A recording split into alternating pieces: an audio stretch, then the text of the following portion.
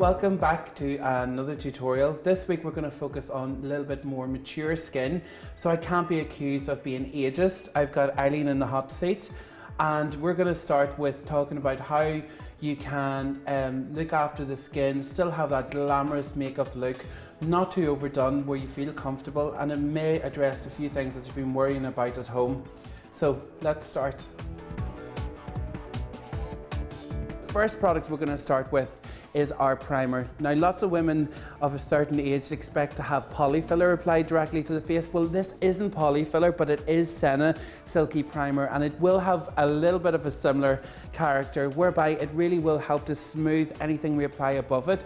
It'll fill in any sort of fine lines, anything like that, to really plump out the skin and make the skin look like it's not saturated makeup, make the makeup not sit in any fine lines and draw attention to the things we really want to disguise. So we need a little bit of this. So as you can see, it's quite rich in silicone, and it's the silicone that's in this product that really helps to smooth across the skin once we apply makeup on top of it. When you're applying your primer, you don't necessarily always have to use the microfiber foundation brush. You can apply this with your fingertips, but I do feel it's quite good to buff this type of primer into the face, so that it gets into every single groove in preparation for the rest of the products that are going to rest on the skin afterwards. Next, we're going to start to do some colour correction. I'm going to use yellow, and I'm going to use a pink colour corrector. The yellow is going to deal with underneath the eyes. It's going to really start to brighten that area.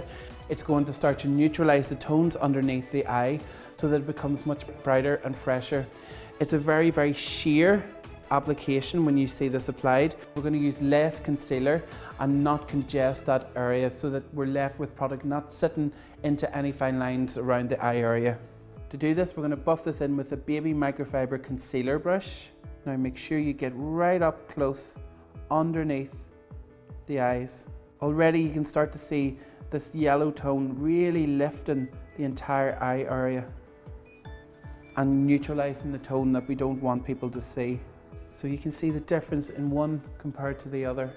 Next, we said yellow, but we also said pink. Pink I'm going to use on any of the warmer areas on the skin. So if you're worried about age spots, for example, adding a little bit of the pink colour corrector will help to diminish those and soften those down, leaving less product on top of that, i.e. foundation or concealer, and still giving you that flawless look. We want to really even out the rest of the complexion and follow on through from what the colour correction has began. I'm not using a typical foundation, I'm not using even a tinted moisturiser, but I am using a new craze in cosmetics, which is our BB cream. So you see various different BB creams. I'm using a personal favourite of mine, and one that I think is so beautiful and satin on the skin, is called Emberlace BB cream. It almost adapts to your skin tone, so I've used this on people who are quite pale to people who are more sallow in skin tone. It just takes a little bit of work with your brush to make sure it's really well buffed into the skin. It's practically untraceable. You can't see it's resting on the surface of the skin like many foundations. Working well with the ethos that the least amount of product should get you the maximum results, especially when you're concerned about anything like fine lines, if you're concerned with open pores, anything where makeup can really clog. And when you feel it on your skin literally feels like it's got a layer of silk over it. The BB stands for Blemish Balm, and not only is it going to help to diminish the red tones or the tones we don't want people to see, it's actually got treatment in it as well. So what it's going to do is treat the skin, give the skin back some vitamins and through plant extracts, and leave the skin in a much better condition. So if we have a look on one side, you can see how this has really evened out the entire complexion compared to the other side. Now we've done most of the work with the complexion, it's just the final little bits of tweaking that we need to do. And with this, I'm going to use a little bit of concealer. So I'd rather use a little bit of concealer in certain areas as opposed to having a heavier foundation that's going to take all of the discoloration away with the complexion. So like always, not only do we warm up the concealer to make it more pliable, we're also making sure we don't apply too much on our brush as well. So you make sure that you always need to build the concealer as opposed to putting too much on and blending it and then the coverage becoming too heavy. So look at the complexion, look at your face, see where it needs a little bit more attention and where the BB cream hasn't maybe taking away enough tone that you're happy with. It's easier to use a little bit of concealer in certain areas than apply anything heavy across the entire face. We've done all of our colour correction. We've evened out the complexion. We've used a little bit of concealer and blemish balm to do that. Now we need to set everything like we would with every application. So to do that, we're going to use a little bit of powder. Powder can send some women screaming out the door thinking that they're going to feel heavy and chalky and it's going to draw attention to lines, and it doesn't have to be that case. I'm going to use something that's very, very fine. As you can see, there's no colour in the powder. Take a little bit of this with your big brush. I'm using loose powder as opposed to press because it's much more forgiving when it goes onto the face. It'll create a very fine veil across the entire face. Tap your brush and then a little bit all over the entire face. This is the Makeup Studio translucent powder, which, as you can see, is just going to take the top layer and seal it of the base without making the skin look dull in appearance. Next, we're back to our bronzer. Again, you've heard me say this before, so we need to use the bronzer just to break up the monotony of this one tone going right across the entire face. So loading this up in your brush, again, is the powder, so we're not going to use it too heavily. Tap it off and highlight just little areas that you feel would work and bring the complexion more to life. Don't use something that has a lot of shimmer or a lot of metallic tone to it. This is a matte bronzer, so we can use powder and we can bronze, but avoid anything that's too iridescent. That's the difference between being able to use a bronzer on younger skin and the difference between being able to use it on more mature skin. Now, we want to keep this radiance, we want to keep this glow, and to do this, I'm going to use a cream blush this time as opposed to using a powder. I'm going to use this really scary colour, okay, which is really beautiful. Again, you've heard me say that the peach tones work really well, in my opinion, with a lot of the skin tones here. And I'm going to blend this down, so don't be put off with how scary it is. And I'm just going to apply this just to the apples of the cheeks to create this really beautiful peach glow to the complexion. Don't be worried either. A lot of people think, you know, because I've used a powder to set the complexion and I've used a bronzer, that it's all going to congeal. It would do if you're very, very heavy-handed with your powders and then you're very heavy-handed again with your cream blush, but not when you're using small quantities like this of each of the products and you're building everything up. You shouldn't have that appearance. Next, we're going to use a little bit of eye primer from Senna. Warm this product up again on the back of your hand and apply this over the entire eye area and take away all of the discoloration, leaving the true tone of your eyeshadows coming through that. Okay, we're going to start with the brows. When we're starting with the eyes, we want to build in that shape. I'm using Former Brow from Senna again, which is for blondes, and I'm going to start mixing the different tones together and build in some shape. Whenever you get to a certain age, you find that sometimes your eyebrows are not as full as you normally have had them beforehand. If you haven't used anything on your brows before, I suggest you try using powder rather than going in with the pencil. Sometimes when you use the pencil, you tend to use it more like you're drawing an outline of the brow as opposed to building the shape up, because we want everything to look very polished, but we also want everything to look very, very natural as well. So follow the natural shape. This time I'm not drawing any heavy shapes. I'm literally just following through with tiny little strokes in the shape of the brow, filling in any gaps as we go. We don't want this to look false looking. Filling in the natural shape. Again, do the same to the other side. And the tiniest little bit of product, you've no idea how strong the pigments can be. So very, very little, using the angle brush and travel in the direction of the brow with the shortest edge of the brush pointing outway. Now we need to make the decision with our eyeshadows what to do. A lot of people veer away from anything that has any shimmer or shine, and they think it shows off all of the imperfections on in terms of the texture of the lid. Personally for me, I think if it's all matte shadows, you can almost look a little bit gonked looking. So we're going to incorporate a little bit of shimmer, but we're also going to use quite a bit of matte as well. With Aislinn's eye, she's a little bit deep set with her eye shape, so we need to be careful that we don't deep set them any further.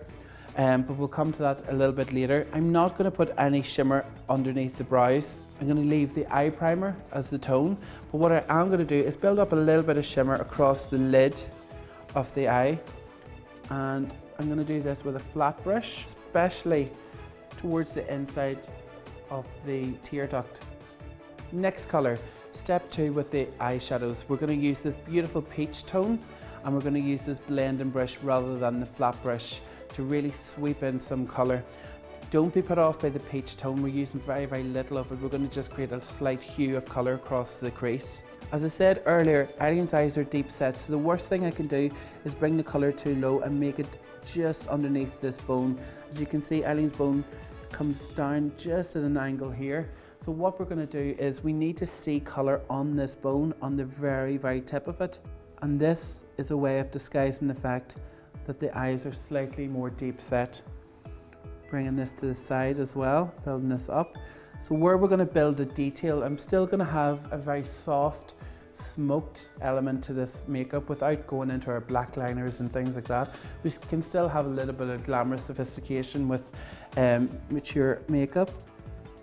So here we're building this up. See how this beautiful peach tone just carries in with the peach tone along the cheekbones, tying the two perfectly together. Our final eyeshadow that we're going to use is almost this deep mauve colour. We're going to take the blending brush, load it up. So build this just on the outside and bring it into the crease ever so slightly. Make sure you can see it on the brow bone and you don't bring it too far in the hollow of the crease. I'm going to stay with the same colour that we've just used, but I'm just going to simply change brush. I'm onto my bullet brush this time, and we're going to use this as a eyeliner. You don't have to go the entire way across. Remember, you can go less than 3/4 way.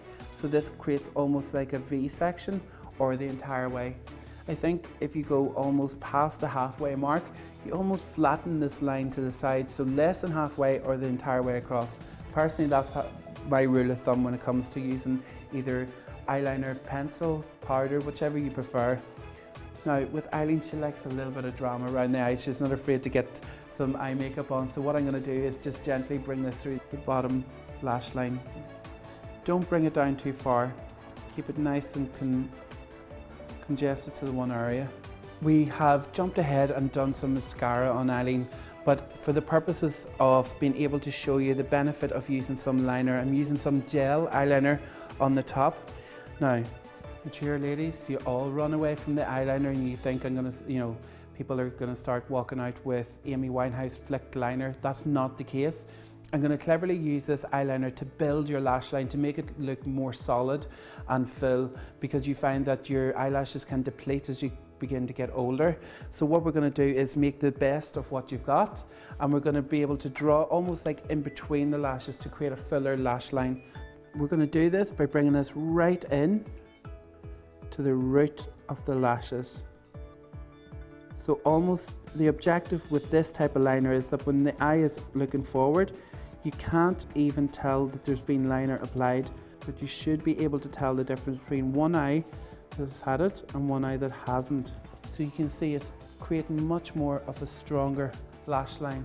Now, if you're feeling extremely adventurous with your gel eyeliner, we can do what I call underliner. So with that, Aislinn, if you look down for me, we're going to do it from underneath as well. So we're bringing this to the root of the lashes, but from underneath the lashes. So we're coating it from the top and we're bringing it from underneath as well. Again, with the purpose of strengthening and making this look much, much fuller on top. Hopefully you don't end up in casualty trying to do this one, but it's a very, very effective and worthwhile pursuit to try and perfect. We're coming close to the end of our mature, sophisticated look, and I'm using Makeup Studio pencil in number 4 to line the lips. I'm not trying to overly line them, I'm just going to sketch them out. Sometimes you'll find that your lip colour may bleed, or you may need to just extend the lips ever so slightly to give you a little bit more fullness. Again, it's one of those horrible things with, as you get older, the lips can sometimes begin to get smaller. So what we can sometimes do is exaggerate ever so slightly. Next, we're going to use a stain. This time it's going to be more of this beautiful deep coral, which will give a real bounce to the lips. It's more of a matte tone, so it doesn't have any of your sparkle or glitter or anything like that, but we are having fun with colour. Over the top of that, we're going to use some clear gloss to give a little bit of extra light onto the lips.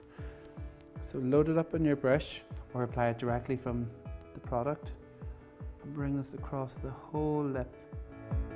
And to set everything in place and let Aislinn boogie the night away, we're going to use some fix spray from the makeup studio to set everything. This also acts as a beautiful hydrator. It's full of rose essential oils in it as well. And that's us. Sophisticated makeup for the mature, beautiful lady.